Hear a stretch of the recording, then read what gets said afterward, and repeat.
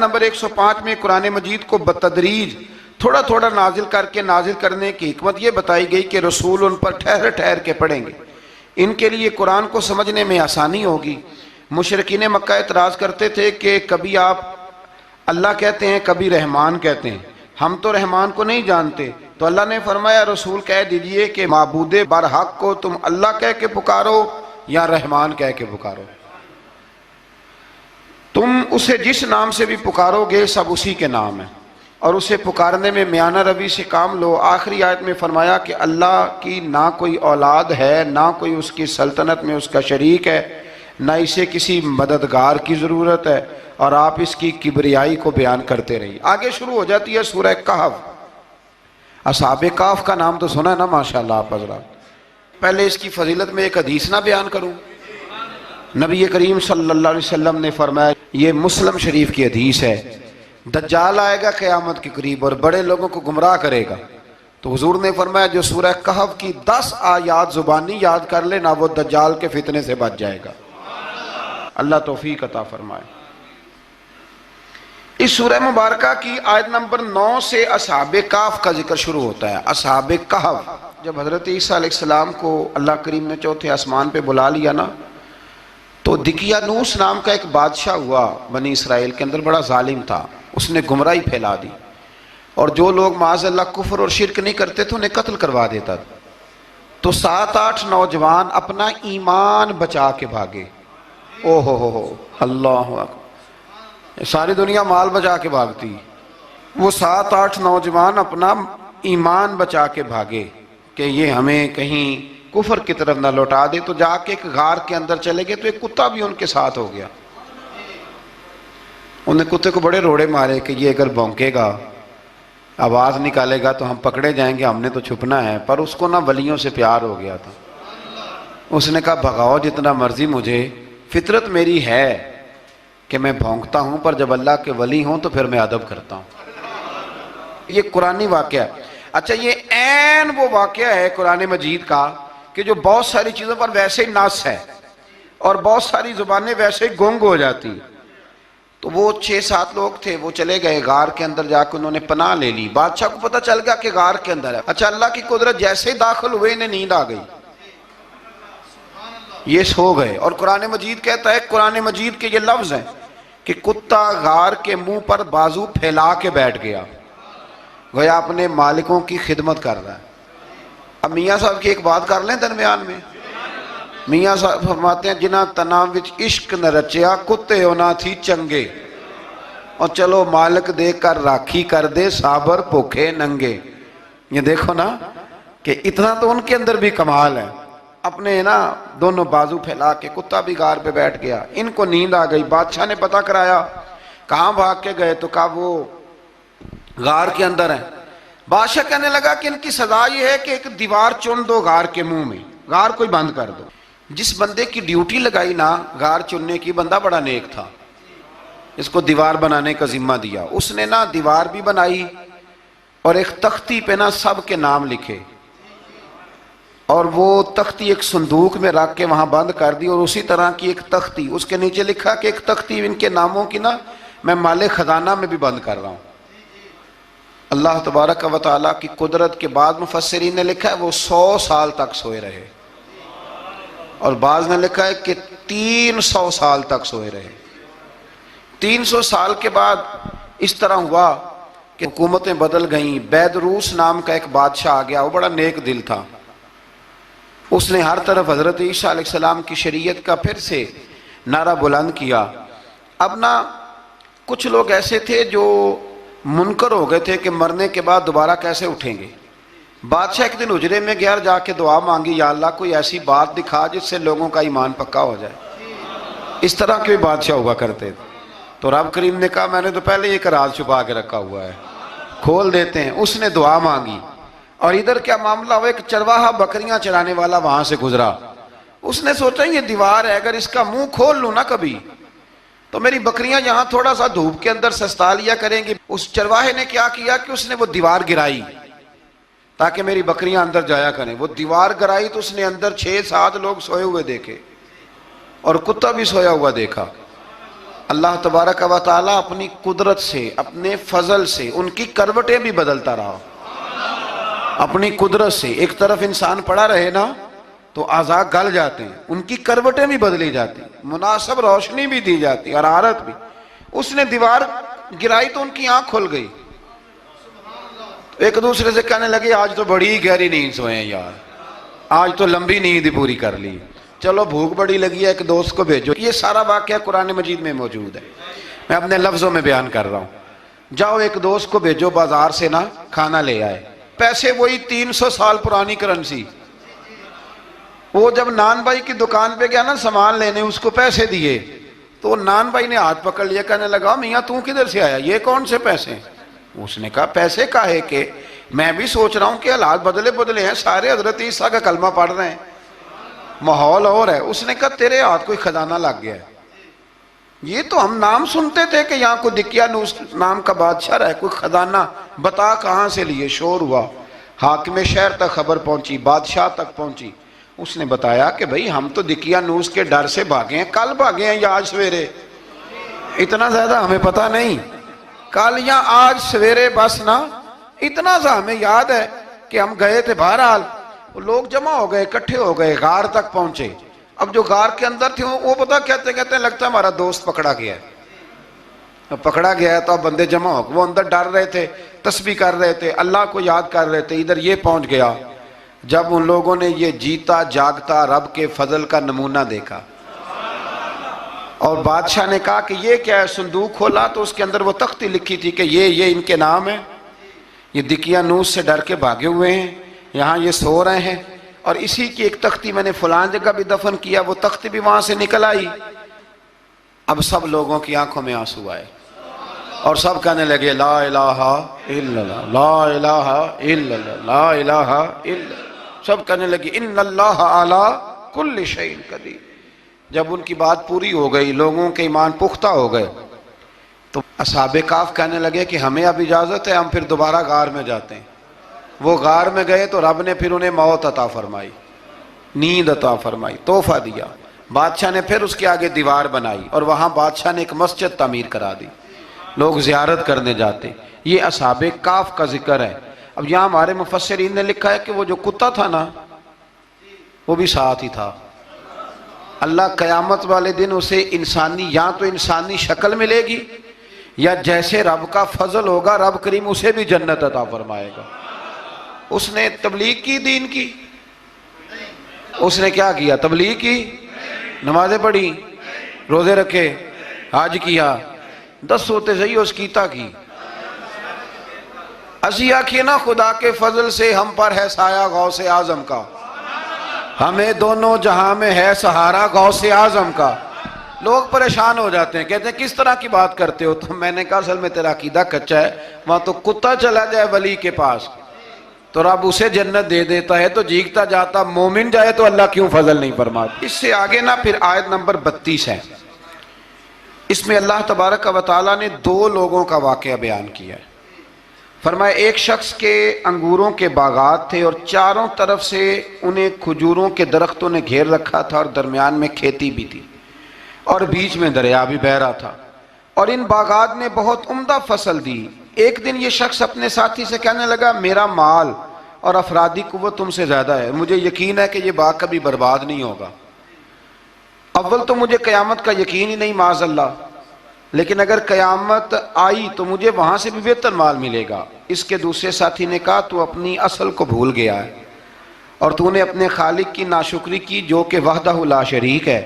اگر تم نے باغ میں داخل ہوتے وقت ماشاءاللہ لا قوت الا باللہ کہہ دیا ہوتا تو یہ تمہارے حق میں بہتر ہوتا۔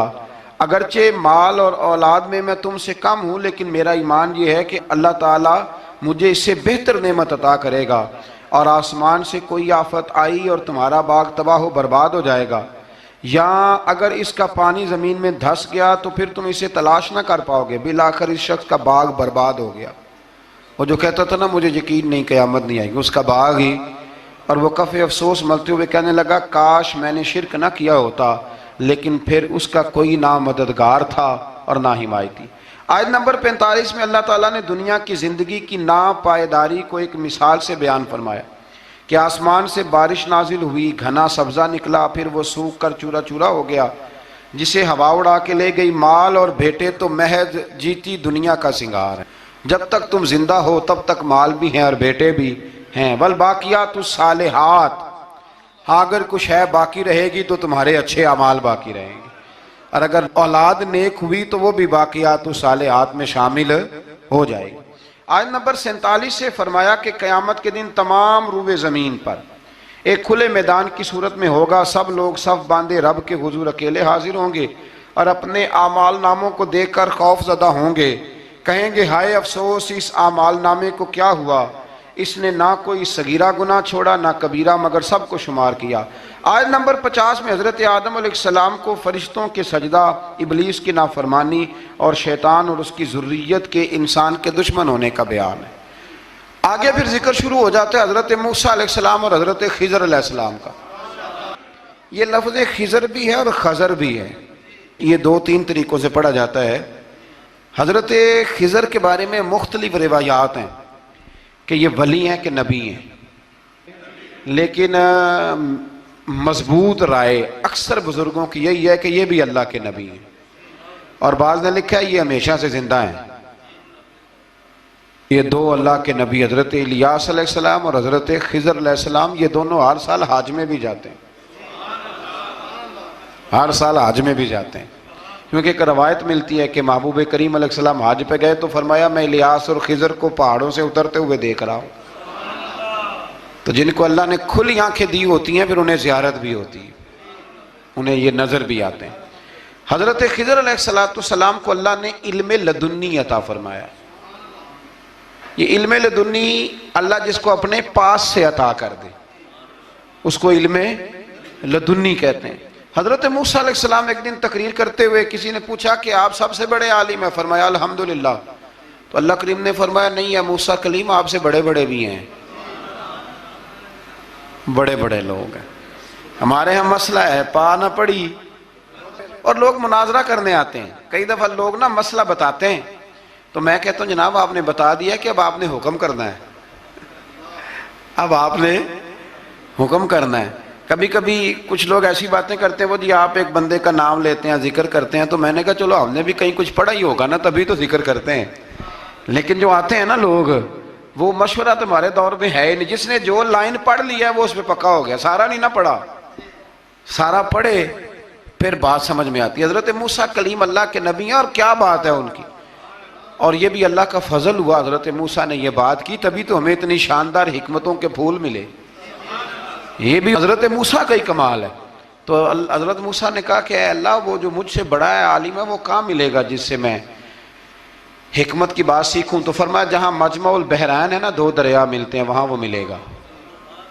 حضرت موسیٰ کلیم سے اللہ نے فرمایا کہ جاؤ جہاں دو دریا ملیں گے نا وہاں تمہیں وہ شخص ملے گا۔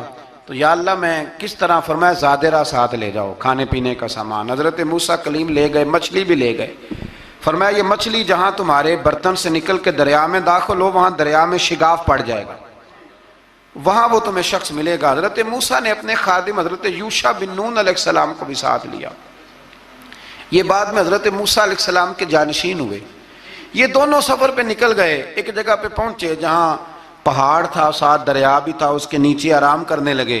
حضرت موسیٰ کلیم سو گئے تو یوشع بن نون علیہ السلام موجود تھے، مچھلی جھٹ سے نکلی دریا میں داخل ہو گئی، وہاں راستہ بھی بن گیا۔ اب اٹھے حضرت موسیٰ کلیم، جب اٹھے تو فرمایا چلو چلیں، تھوڑا آگے جا کے فرمایا بھوک لگ رہی ہے کھانا تو نکالو۔ انہیں یاد آیا، کہنے لگے حضور مچھلی تو دریا میں چلی گئی تھی۔ فرمایا تو نے بتایا نہیں، وہی تو ہماری منزل تھی جہاں مچھلی دریا میں گئی۔ پھر وہاں سے واپس آئے قدموں کے نشانوں پہ، وہاں پہنچے جہاں مچھلی گئی تھی تو وہاں ایک شخص لیٹا ہوا تھا چادر لے کے، آپ نے سلام لی تو انہوں نے کہا وعلیکم السلام یا موسیٰ کلیم اللہ۔ تو آپ نے فرمایا آپ کون ہیں؟ فرمایا میں وہی ہوں جس کو آپ تلاش کر رہے ہیں۔ تو فرمایا آپ نے مجھے کیسے پہچانا؟ فرمایا جس رب نے تمہیں بھیجا ہے نا اس نے ہی مجھے بتایا ہے کہ موسیٰ آ رہے ہیں، موسیٰ آ رہے ہیں۔ اب حضرت خضر نے جو کچھ فرمایا وہ بڑا شاندار ہے، فرمایا موسیٰ کچھ باتیں ایسی ہیں جن کا آپ کو علم ہے اور مجھے نہیں، اور کچھ ایسی ہیں جن کا مجھے علم ہے اور آپ، اللہ اکبر، یہ کبھی ہماری سمجھ میں بات آ جائے یہ کبھی سمجھ میں آ جائے. کچھ باتیں ایسی ہیں جس کا مجھے علم ہے اور یہ بڑے بڑے سیانے بندے نہیں مانتے. بڑے بڑے میں عالم ہوں جی، تو آپ عالم ہیں میاں ایک شعبے کے، لیکن بہت سارے دنیا میں شعبے ہیں نا. دین کے عالم کا درجہ سب سے بڑا ہے، لیکن قانونی مشاورت کرنی ہے تو آپ وکیل سے کریں گے. گاڑی کے بارے میں پوچھنا ہے تو کسی مکینک سے پوچھیں، لیکن آپ بن کے نہ بیٹھ جائیں. فرمایا جس کا آپ کو علم ہے مجھے نہیں، اور جس کا مجھے علم ہے ان میں سے آپ کو نہیں. تو کہا میں پھر آپ کے ساتھ رہنا چاہتا ہوں اور میں وہ سیکھنا چاہتا ہوں جو آپ بتا رہے ہیں. تو حضرت خضر فرمانے لگے صبر کر لیں گے میرے ساتھ؟ یہ سب سے مشکل کام ہے. یہ سب سے، یعنی ہر بات کی تو یہاں لوگوں کو وضاحت چاہیے. کھانسے بھی تو آپ کو بتانا پڑے گا کھانسے کیوں، ہنسے بھی تو آپ کو بتانا پڑے گا ہنسے کیوں. بے بزرگ ہیں، بزرگوں کی باتوں میں حکمتیں ہوتی ہیں، لیکن ہم حکمت کی طرف جانے کو تیار نہیں ہوتے. ہمیں تو فوری طور پہ جواب چاہیے، حل چاہیے. حضرت موسیٰ علیہ السلام جناب خضر کے ساتھ چلے. فرمایا صبر کروں گا، میں چلتا ہوں آپ کے ساتھ. دریا کے قریب گئے کشتی میں بیٹھنے کے لیے، تو کشتی والوں نے حضرت خضر کو پہچان لیا، بغیر کرائے کے سوار کرایا. اور جب پار اترنے لگے تو حضرت خضر نے کشتی کا ایک تختہ ہی توڑ دیا.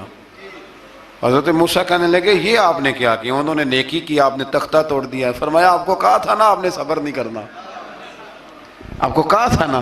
فرمایا چلو میں صبر کروں گا. تھوڑا آگے گئے تو ایک نوجوان لڑکا، ابھی چھوٹی عمر ہے، وہ ملا. حضرت سیدنا خضر علیہ السلام نے اسے قتل ہی کر دیا.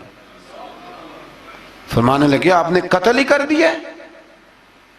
ایک قرآن مجید ہے بھائی. میں کبھی کبھی سوچتا ہوں یہ ہم کسی درویش کی بات سناتے تو بندے اڑ جاتے. فتوے نکلتے کہ نہ نکلتے؟ میرا خیال ہے ہر مسجد سے نکلتے. اور فتوے ایک ایک جتنے مسجد میں نمازی ہوتے سب کے ہاتھوں میں فتوے ہوتے. قتل کر دیا، قتل ہی ہو گیا بندہ. تو حضرت سیدنا موسیٰ علیہ السلام فرمانے لگے آپ نے قتل ہی کر دیا. فرمایا میں نے کہا تھا نا آپ نے صبر نہیں کرنا. آپ فرمانے لگے چلو اگر اب میں بولا نا تو بے شک آپ مجھے علیحدہ کر دیجئے گا. حضرت موسیٰ کلیم اب بولا تو علیحدہ کر دیا. ایک بستی میں داخل ہوئے، بستی کے لوگوں سے پانی مانگا تو انہوں نے پانی بھی نہ دیا، آرام کرنے کو جگہ بھی نہ دی. پر وہاں ایک دیوار گر رہی تھی، حضرت خضر علیہ السلام نے سیدھی کرنی شروع کر دی.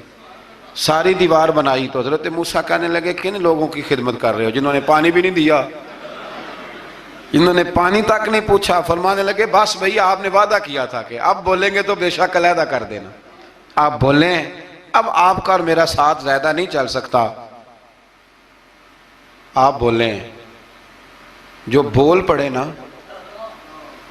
غلامی کرے تو رستے لمبے چلتے ہیں، اور جو بولے نا جس کو وضاحتیں چاہیے ہو وہ غلام نہیں ہوتا، اس کے ساتھ پھر باتیں لمبی. ہاں تو آنکھ بند کر کے چل. ہاں آزم یاتے لائیے ہی نہ تجھے لائیے تھے، پھر آنکھ بند کر کے پیچھے چل کے بات ختم ہو گئی. حضرت خضر علیہ السلام نے جب کہا نا کہ اب آپ کا وعدہ ختم ہو گیا، فرمایا اب میں آپ کو جانے سے پہلے حکمت بتاتا ہوں. یہ وہ علم ہے جو اللہ نے مجھے اپنے پاس سے عطا فرمایا ہے. یہ وہ ہے جو علم لدنی ہے. کہا جناب کیا مطلب؟ فرمایا وہ جو میں نے تختہ توڑا تھا نا، تو یہ مسکین بچے ہیں جن کی کشتی تھی، تو دریا کے اس پار بادشاہ کھڑا تھا. وہ جو صحیح صحیح کشتیاں ہوتی تھی قبضے کر لیتا تھا، اور جو تھوڑی سی ٹوٹی پھوٹی ہوتی تھی نا وہ چھوڑ دیا کرتا تھا. تو میں نے تھوڑی سی کشتی ان کی اس لیے توڑ دی ہے تاکہ دیکھے گا تو چھوڑ دے گا، اس لیے میں نے بھلا کیا ہے. اور فرمایا وہ جو بچہ میں نے قتل کیا نا وہ شروع سے ہی کفر کا دل دادا تھا. اس کے ماں باپ نیک تھے. اگر بڑا ہوتا جوان ہوتا تو ہو سکتا ہے ماں باپ کو بھی کفر میں مبتلا کر دیتا. اب اس کے بدلے اللہ انہیں صالح بیٹا عطا فرمائے گا. تو یہ بھی میں نے اللہ کے دیے ہوئے علم سے کیا. اور فرمایا یہ جو دیوار میں نے نبی ہو کے یا ولی ہو کے مزدوری کر کے دیوار بنائی ہے نا، اللہ اکبر. فرمایا یہ دیوار عام لوگوں کی نہیں، یہ یتیم بچوں کا خزانہ ہے دیوار کے نیچے. یہ گر جاتی تو خزانہ ظاہر ہو جاتا. اور بچائی اس لیے ہے کہ وَكَانَ أَبُوهُمَا صَالِحًا، ان بچوں کا باپ نیک آدمی تھا. ان کا باپ، قاضی ثناء اللہ صاحب پانی پتی فرماتے ہیں ڈائریکٹ باپ نہیں تھا، 7ویں نسل میں جا کے باپ بنتا تھا. سن لیں یہ بھی بات، ایک بندہ نیک ہو تو اس کی 7 نسلوں تک رب خزانوں کی بھی حفاظت فرماتا ہے. اب آپ اندازہ فرمائیں کہ بات کتنی دور تک جاتی ہے۔ بزرگوں کی باتوں میں نا حکمتیں ہوتی ہیں، دانائیاں ہوتی ہیں۔ یہ طریقت کے جو لوگ ہوتے ہیں انہیں سبق یہ دیا جاتا ہے کہ آمنا و صدقنا، ماننا ہے اور تصدیق کرنی۔ ہمارا معاملہ یہ ہے کہ یہاں وضاحت دینی پڑتی، وہ جی وہاں کیا ہوا تھا، وہ جو گاڑی آپ کے پاس ہے تو وہ کہاں سے آئی، تو وہ جو کل آپ نیا جوڑا پہن کے آئے تھے تو وہ کدھر سے آیا۔ تو جو لوگ وضاحتیں مانگتے ہیں وہ اپنے نہیں ہوتے، ان کا غلامی کا رشتہ نہیں ہوتا۔ حبیب اور ہوتا ہے، شریک اور ہوتا ہے۔ شریک وضاحتیں مانگتے ہیں، حبیب محبت کرتے ہیں۔ ہمارا آج سب سے بڑا المیہ یہ ہے، سب سے بڑا، کہ ہم کسی حکمت کے تحت کوئی بندہ اگر کوئی کام کر رہا ہے تو مجبوری ہے کہ ہمیں وہ حکمت بتائی جائے، ایسا نہ کریں۔ یہ طریقہ حضرت غوث اعظم رضی اللہ تعالیٰ عنہ، حضور غوث پاک رضی اللہ تعالیٰ عنہ کو ایک شخص ملنے آ گیا۔ ملا علی قاری نے لکھا ہے، آپ کے ایک مرید نے کہا چل میرے پیر سے ملنے، کہنے لگا میں نہیں جاتا ملنے کسی پیر شیر سے، کہا نہیں آؤ تو صحیح۔ وہ آیا نہ تو اس نے دیکھا کہ 50 گھوڑے عربی نسل کے کھڑے ہیں غوث پاک کے دروازے، موٹے تازے چوڑے عربی نسل کے گھوڑے۔ اس کے ذہن میں خیال آیا، کہنے لگا یار سواری کے لیے اگر رکھے ہیں تو ایک بھی کافی تھا، 50 کی کیا ضرورت تھی۔ اللہ اکبر۔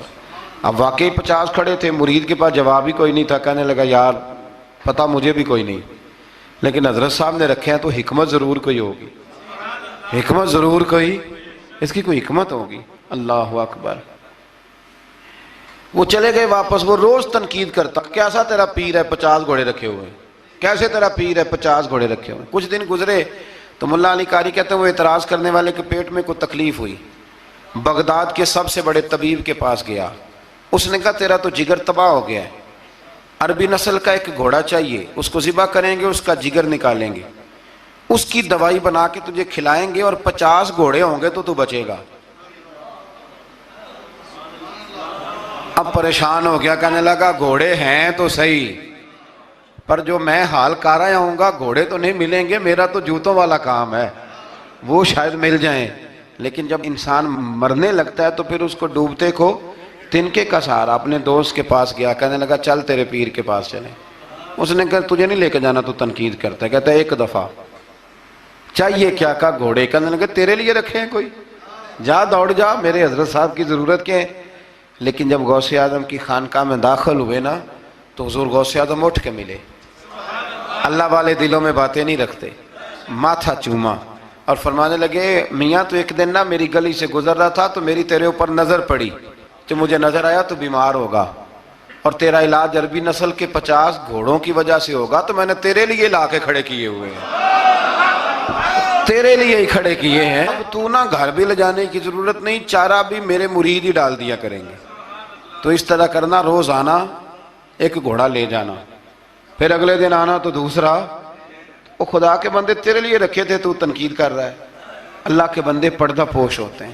ہاں شرط یہ ہے کہ وہ بندہ صالح ہو، دیندار ہو، وہ والا پیر نہ ہو جو نماز بھی نہ پڑھے اور گھوڑے 15 رکھے ہوئے ہوں اس نے، وہ والا معاملہ نہ ہو۔ تو میرے عزیز یہ یاد رکھیں کہ اللہ تبارک و تعالیٰ کا بندہ جب آپ کا روحانی علاج کرتا ہے نا، روحانی علاج سے مطلب جادو ٹونے کا علاج نہیں، روحانی علاج وہ ہوتا ہے کہ میرے گناہوں کا علاج ہو جائے، حسد بغض کینہ عداوت یہ نکل جائے۔ تو وہ کچھ ایسے نسخے بتاتا ہے جو سمجھ میں مرید کی نہیں آتے، لیکن وہ ضروری ہوتے ہیں۔ انہی نسخوں کو استعمال کرنے سے انسان کا فائدہ ہوتا ہے۔ جی کرنے والے لوگ ہمیشہ کامیاب رہتے ہیں، وہ ماں باپ کے آگے کریں، استاد کے آگے کریں، شیخ کے آگے کریں۔